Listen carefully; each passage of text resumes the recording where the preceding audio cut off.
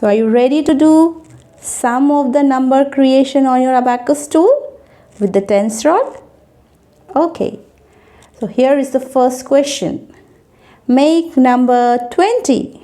Pause the video and try it out. Yes, absolutely correct. You have to use the index finger and move the 2 beads up. That is number 20. Okay, clear it out.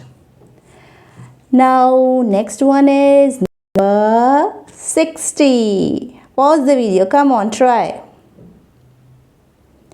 Absolutely correct.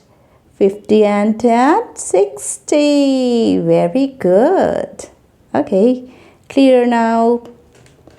Next question. Make number 40.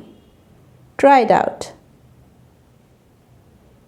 Yes, good job. This is number 40. Very good. Okay, clear. Now make number 80. Try. Come on. Very good. So 50, 60, 70, 80. Next, the last question. Make number 50. Easy one. Correct. You have to just put the upper bead down, that is having value 50. Good job. So today we have learned about the tens rod, how to make the numbers on the tens rod. Hope you liked the session.